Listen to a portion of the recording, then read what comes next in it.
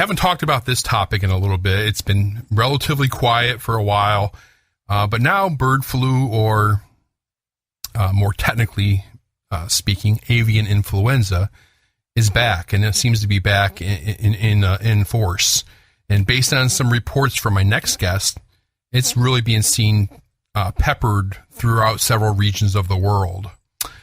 Joining me now for an avian influenza update is Mike Coston. Mike is the editor of the website Avian Flu Diary, which is the best source for monitoring this type of infection.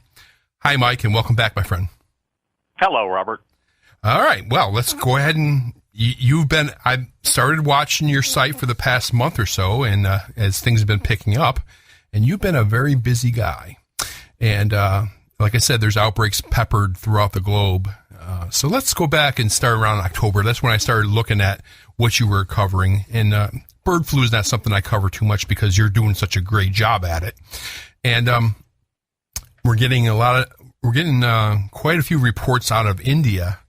And my first question is this occurrence in India unusual? And the second thing is, what are we actually seeing there?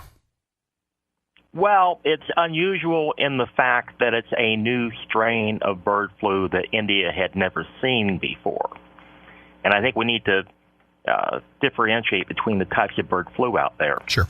The one that we all remember from a decade ago was H5N1. That's classic bird flu. It emerged in 2003. It's killed, well, we know of several hundred people it's killed, and it's infected 800 or 900 people around the world. It's killed tens of millions of birds. That's the one that, everybody was upset about a decade ago, and they thought we might have a bird flu pandemic, and they made movies and that sort of thing. That was pretty much the only game in town until 2013, when a new bird flu called H7N9 emerged in China, and that's still going strong, and we're starting to see it pick up again this winter. And then a year later, in 2014, we saw two other new bird flus emerge. One was called H5N8, and that one emerged in Korea and it killed 15 million chickens in a short amount of time and decimated their poultry industry. And H5N6, which emerged in southern China and has infected a handful of people, a dozen or 15 people we know of. So now we've got these big four bird flus around the world: H5N1, H5N8, H5N6, and H7N9. So depending where you look, you have a different bird flu we're looking at, and each of them has different behavior patterns and poses different risks.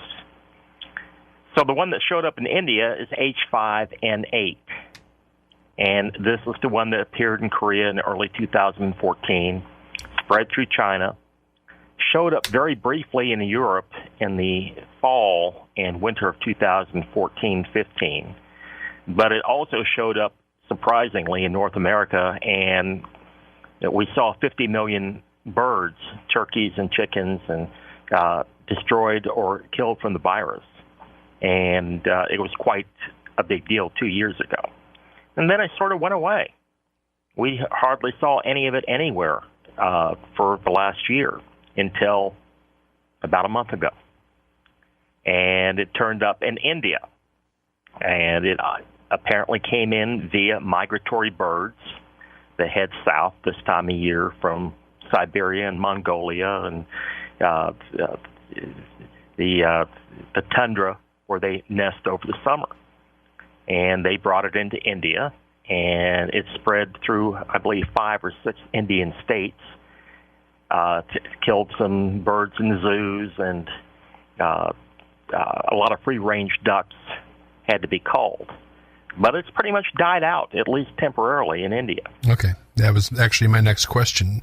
Now, there were no human cases. No. H5N8 we have never seen infect a human. Very good. Doesn't mean it can't. It just means that it hasn't quite figured out how to infect us. We do know it can infect dogs. Okay. We saw dogs infected in Korea. and it's very virulent in birds, but so far we've been lucky with this one. It does not currently infect humans that we know of. Excellent. Now, all right, so we saw it pop up in India. It seems to be slowing down right now, quieting down. Also, we start seeing outbreaks peppered throughout Europe. That's right. Starting last month, right? And well, right around the first of the month, there was an outbreak of some dead birds in Hungary, and that spread to a turkey farm where 9,000 birds were culled. And the warning went out that, hey, this is starting to spread pretty well again. And then in very rapid fire, we saw dead birds in 8 different European countries, and they tested positive for the virus, and it's jumping to poultry farms, and it's killing probably tens of thousands of birds have died. They've picked up thousands of birds already. Mm-hmm.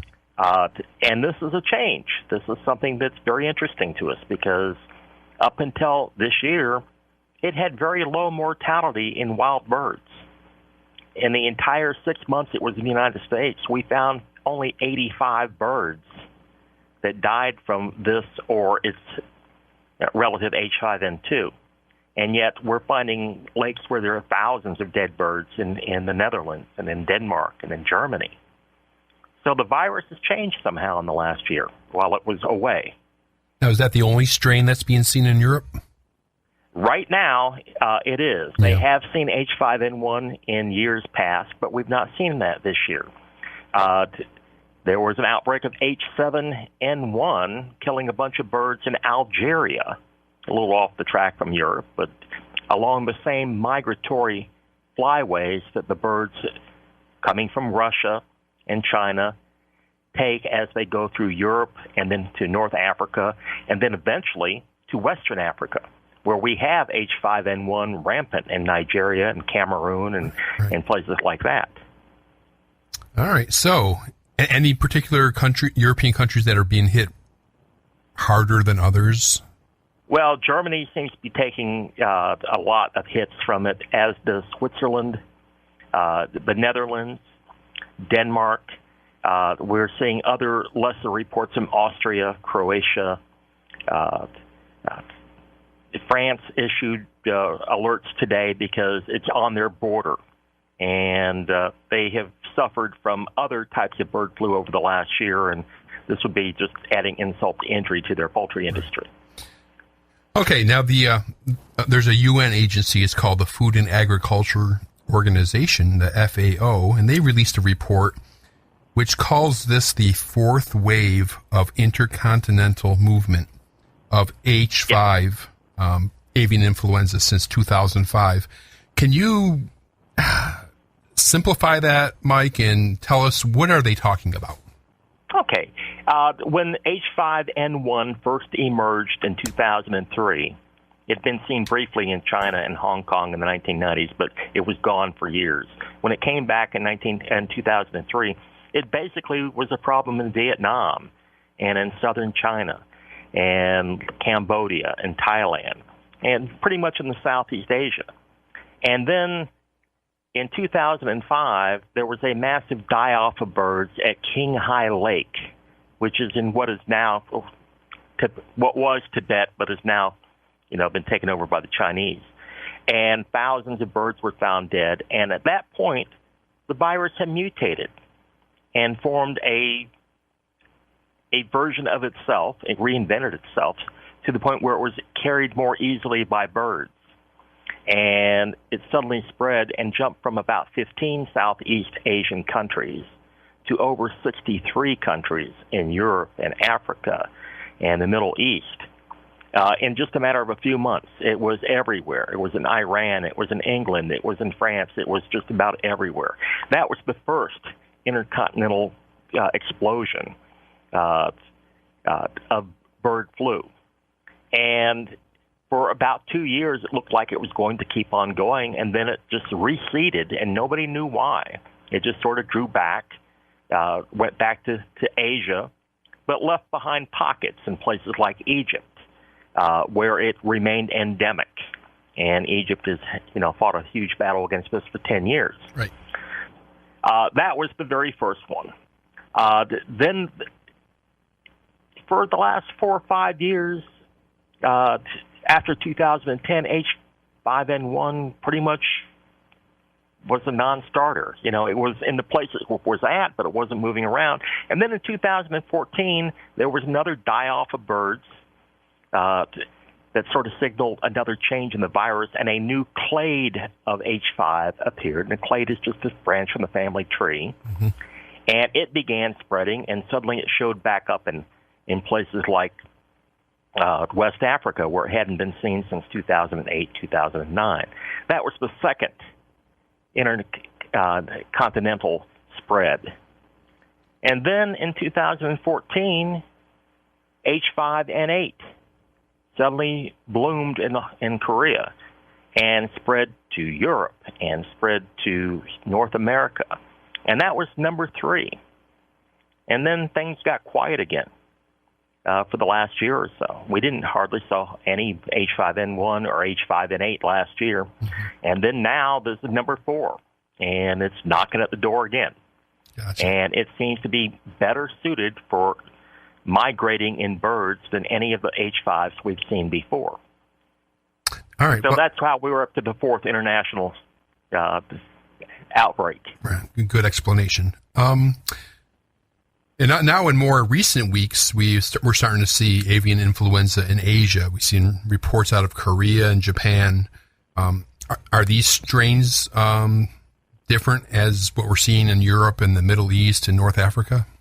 Yeah, this is another H5 virus, but this one appeared several months after H5N8 appeared in Korea. Another virus called H5N6 appeared in southern China and started killing poultry and infecting humans. And we know of 15 people in China who have contracted the virus, 9 of whom have died. So it's fairly virulent. We don't know how many people may have had mild illness, and we don't know about, but for the ones we know about, it's been pretty bad. And this has been spreading throughout China and a little bit in Vietnam and some in Laos. Now, all of a sudden, on last Friday, it was discovered in the bird droppings, feces of migratory birds in South Korea. And that's the first time we've seen this new virus go to Korea, which has got a lot of poultry. And this is where H5N8, took off from. So we worry about that. And now, since then, there are several chicken farms that are showing signs of avian influenza, and they're running tests, and we ought to hear in the next day or so whether it's H5N8, H5N6, H5N1, or perhaps some new kid on the block. I'm guessing H5N6, but we really don't have the data yet. Gotcha. Now, how are these different countries dealing with these outbreaks? I think it was last year when, it was like right before Thanksgiving, right? We had turkey shortages here. Was it last year or 2014? I don't remember. 2 years ago. 2 years ago, yeah. How are the countries dealing with the outbreaks? And is it getting out of control anywhere? It's a little soon to know how bad it's going to be in Europe. Mm-hmm. It's going to devastate their poultry industry, especially export, because they can't export as long as the avian flu is inside their country. And European countries do not use vaccines to prevent avian influenza. Because once you vaccinate a turkey or a chicken and you test it for antibodies for the virus, you can't know whether it's because it's been infected or because it has the vaccine. Right. So countries that import from Europe won't take those birds. So it's a very tough decision. They have to pretty much cull any flocks that become infected. And they're bringing birds inside where they can. You can't bring waterfowl in very well, and you can't bring in game birds very well, but chickens and that sort of thing and turkey are being kept under cover, brought indoors, so to speak. Some places they're putting netting over the top of their chicken runs to try to keep them from coming in contact with migratory birds that may be infected. And the problem is migratory birds leave their droppings, which is how they spread the virus. And that can get into the water supply. It can certainly go through netting. And for that matter, the farmer who has all of this flock indoors will be walking across the yard, perhaps walking across bird droppings that he will track inside his biosecure barn, and he will infect his own chickens. Sure. This is the problem we have. Right. And this is probably how a lot of farms got infected in the United States 2 years ago when we saw the outbreak here. Well, speaking of the United States, it seems all quiet here right now. Is there anything to report from this country? Well, right now we have no reports of it here, but, and it's a fairly big but, in August, I believe, we learned that H5N2, which is a reassortment of H5N8, and basically that just means that H5N8 met up with another virus that bought it a drink, and they had a child. And so this H5N2 was spreading with H5N8 2 years ago in this country and caused a lot of the carnage in the poultry industry. It was found again in a wild bird in Alaska in August. So we know that it's pretty much out there. Is it going to come back this fall? Well, it was December before we knew it was here in 2014. So I'd say there's a pretty good chance that we might see it in wild birds. Hopefully we've learned some biosecurity lessons, and maybe it won't get into the poultry like it did 2 years ago. But once again, it's a very tough thing to keep out. Gotcha. Yep. I remember that pretty distinctly now. Hey, Mike, I know you don't like to give predictions, and I got about a minute left. But is there any expert analysis out there, people that are saying where this might be heading? Well, the OIE yesterday came out and said expect more bird flu in Europe, and North America needs to be alert. I think that we also, Japan right now, we're looking at some dead birds that are being tested at a zoo in Akita, and they have now called a bunch of birds at that zoo because they think it's there, but we haven't got the test results back. So it's a real problem because in Japan is an overwintering spot for literally hundreds of thousands of birds that come in from Siberia and Mongolia, and they come down to Japan for the winter. And it's not like you can go out and say, well, we found a dead stork, now we're going to kill all the wild storks that are in the swamp. Right. Not only are many of these protected, it's not going to do any good. So I would say that we're going to have to keep an eye on Korea and Japan. Europe is likely to get worse before it gets better. And I would not be terribly surprised if we see some here this year in North America. The good news is H5N8 is not a human health threat at this point. That could change. Mm-hmm. And H5N6 is not here, but it is in Asia. It could get here someday. And that's something we'll have to watch out for. Excellent. Like I said, the website is called Avian Flu Diary. Just go to your Google search bar and type that in, and you'll come right up to it. Excellent resource for bird flu of all types. I want to thank Mike Coston for this very informative overview of the world bird flu situation. Thank you, sir. Thank you. All right. Again, the website is Avian Flu Diary. I encourage you to check it out. It's a great resource, and I don't think anybody does it better than Mike does. So I really want you to check that out if you have an interest in bird flu.